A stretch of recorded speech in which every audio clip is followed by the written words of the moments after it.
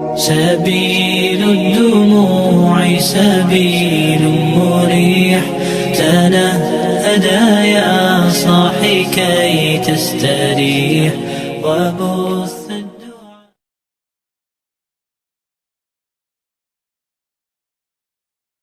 Assalamualaikum warahmatullahi wabarakatuh.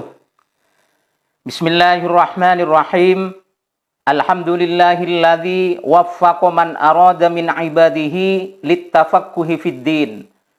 Wassalatu wassalamu ala sayyidil anbiya'i wal mursalin sayyidina wa maulana Muhammadin wa ala alihi wa ashabihi ajma'in, amma ba'du. Kaum muslimin wal muslimat yang dirahmati Allah Subhanahu wa taala. Di kesempatan ini saya akan membahas mengenai pertanyaan yang mana pertanyaan ini sangat meluas di tengah-tengah masyarakat, di kalangan umat Islam, yaitu bagaimana hukumnya bersalaman atau bagaimana hukumnya berjabatan tangan setelah melakukan sholat, wabil khusus sholat berjamaah. Jadi pertanyaannya, bagaimana hukumnya berjabatan tangan setelah melakukan sholat? Mengenai jawaban dari pertanyaan tadi, saya sengaja akan hadirkan dari dua sumber atau dari dua versi jawaban. Versi jawaban yang pertama adalah dari kalangan atau dari kelompok Salafi Wahabi. Versi jawaban yang kedua dari kalangan umat Islam Ahlus Sunnah wal Jamaah, wabil khusus kaum Nahdiyin wan Nahdiyat. Salafi Wahabi berpendapat bahwa berjabatan tangan setelah selesai melakukan sholat itu bukan hanya sekedar haram, akan tetapi lebih dari itu, yaitu bid'ah, kata mereka. Dan pelaku bid'ah wajib masuk neraka, kata mereka Wahabi. Kemudian kalau menurut Ahlus Sunnah wal Jamaah, kaum Nahdiyin wan Nahdiyat dan yang lain, itu boleh, tidak haram, apalagi bid'ah. Jauh sekali dari bid'ah. Selanjutnya mari kita lihat dan kita perhatikan dengan seksama tentang hujjah dan argumentasi dari masing-masing dua kelompok tersebut. Kaum Wahabi melarang atau membid'ahkan karena dua alasan. Yang pertama, karena tidak adanya dalil dan tidak dicontohkan oleh Nabi. Alasan Wahabi yang kedua adalah karena dijadikan kebiasaan sehingga menjadi tradisi, sehingga dianggap oleh Wahabi bahwa berjabatan tangan setelah selesai melakukan sholat itu merupakan bagian atau satu paket daripada sholat itu sendiri. Yang mana hal ini sering disampaikan oleh Ustadz Firanda dan Ustadz Khalid Basalamah serta Ustadz-Ustadz Wahabi yang lain.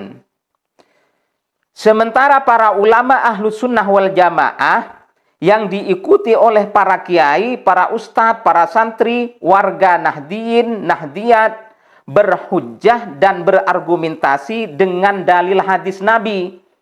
Ma min muslimaini yaltaqiyani fayatasafahani illa ghufirah lahuma qabla ayyatafarraqa. Rawahu Abu Daud wa Tirmidzi wa Ibnu Majah wa Ahmad. Artinya, tidaklah dua orang muslim yang bertemu lalu berjabatan tangan melainkan pasti diampuni dosa-dosanya untuk keduanya sebelum mereka berpisah. Hadis ini diriwayatkan oleh Imam Abu Daud, Imam Tirmidzi, Ibnu Majah, dan Imam Ahmad. Imam Nawawi berkata, berjabatan tangan adalah berhukum sunnah secara ijma' para ulama pada setiap kali bertemu. Hadis ini, kata para ulama, tidak membatasi tempat dan waktu. Itu artinya berjabatan tangan di saat bertemu dengan sesama muslim bisa dilakukan dimanapun dan kapanpun, asal dalam kondisi yang dibenarkan. Boleh dilakukan di rumah, di sekolah, di kantor, di dalam masjid, di luar masjid, di musola, dan di tempat-tempat yang lain yang layak dan dibenarkan. Dan juga boleh dilakukan pada waktu siang hari, pada waktu malam hari, pagi, sore, sebelum sholat, atau sesudah sholat. Asal jangan dilakukan di tengah-tengah waktu sedang mengerjakan sholat. Karena itu yang dimaksud dengan waktu yang tidak dibenarkan. Maka dengan hadirnya dalil ini, yang dijadikan pegangan oleh umat Islam Ahlus Sunnah wal Jamaah, warga Nahdliyin dan yang lain, maka runtuhlah dan terbantahkanlah hujjah ataupun alasan-alasan kaum Wahabi yang membid'ahkan berjabatan tangan setelah sholat, umumnya sholat berjamaah. Adapun mengenai perkataan atau alasan yang pertama mereka adalah karena tidak ada contoh dari Nabi. Ketahuilah wahai para sahabat-sahabatku yang dirahmati Allah Subhanahu wa taala dan para kaum Wahabi, bahwa jika sudah ada dalil yang disampaikan oleh Nabi Muhammad sallallahu alaihi wasallam di dalam mengamalkannya, tidak perlu menunggu contoh jika memang contohnya betul-betul tidak ada. Karena tidak semua apa yang disampaikan oleh Nabi itu harus ada contohnya, yakni Nabi mengerjakannya. Kemudian alasan mereka kaum Wahabi yang kedua di dalam membid'ahkan dan melarang berjabatan tangan sehabis mengerjakan sholat, karena umat Islam yang melakukan itu dianggap oleh mereka membuat atau menjadikan sholat dan jabatan tangan satu paket. Seperti yang sering kali disampaikan oleh Ustadz-Ustadz Wahabi, termasuk Ustadz Khalid Basalamah. Nah, khusus untuk alasan yang ini membuat kami heran dan tak habis fikir.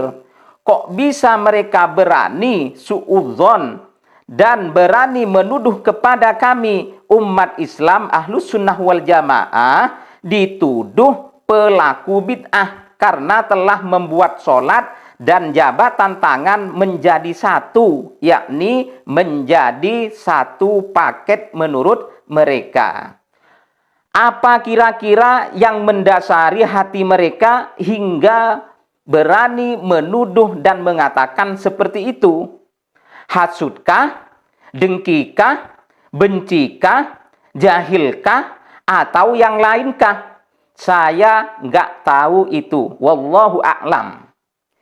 Sehubungan dengan ini, yakni alasan mereka yang kedua, kami sampaikan kepada saudara-saudara Wahabi, wabil khusus pada ustadz-ustadznya, wabil khusus lagi pada Ustadz Firanda dan Khalid Basalamah, bahwasannya kami melakukan itu, yakni berjabatan tangan setelah sholat itu semata-mata ingin mengamalkan hadis Nabi yang tadi, yakni bukan karena sholat, melakukan sholat semata, bukan karena telah melakukan sholat semata, seperti itu.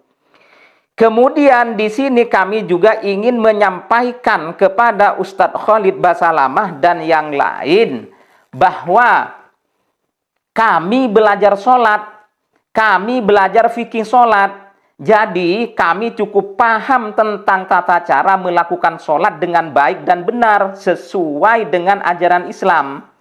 Kami belajar tentang rukun-rukunnya sholat, kami belajar tentang syarat-syaratnya sholat, syarat sahnya sholat, tentang sunnah-sunnahnya, dan lain sebagainya, melalui guru-guru kami, melalui kitab-kitab yang dikarang oleh para ulama salaf, para ulama Ahlus Sunnah wal Jamaah, para ulama 4 imam mazhab.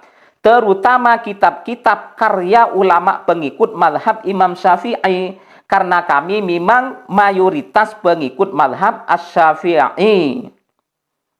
Dan ternyata hasil daripada pembelajaran kami melalui para ulama, guru, dan kitab-kitab karya ulama yang saya sebutkan tadi, tidak ditemukan bahwa berjabatan tangan adalah rukunnya sholat, atau syarat sahnya sholat, atau bagian dari sunnah-sunnahnya sholat, baik sebagai sunnahnya sholat di dalam sholat atau di luar sholat. Karena di fikih sholat kami, sunnah-sunnahnya sholat itu dibagi menjadi dua bagian.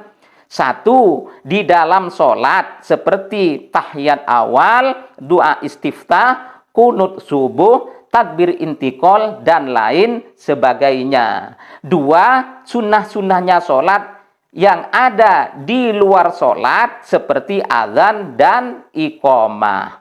Alhasil, berjabatan tangan itu tidak kami temukan baik sebagai rukunnya sholat, sebagai syarat sahnya sholat, atau merupakan bagian daripada sunnah-sunnahnya sholat yang di dalam maupun yang di luar sholat. Lalu bagaimana mungkin kami akan buat-buat sendiri, yaitu sholat dan berjabatan tangan menjadi satu paket? Itu tidak mungkin dan mustahil. Jadi para sahabat-sahabatku, kaum muslimin wal muslimat yang sangat saya hormati, berjabatan tangan setelah sholat itu boleh dilakukan, tidak haram dan tidak bid'ah. Bagi pelakunya insya Allah akan mendapatkan dua keutamaan, yaitu pahala dan pengampunan dosa, sesuai dengan yang disampaikan Nabi Muhammad SAW dalam hadis tadi. Jadi seperti itu.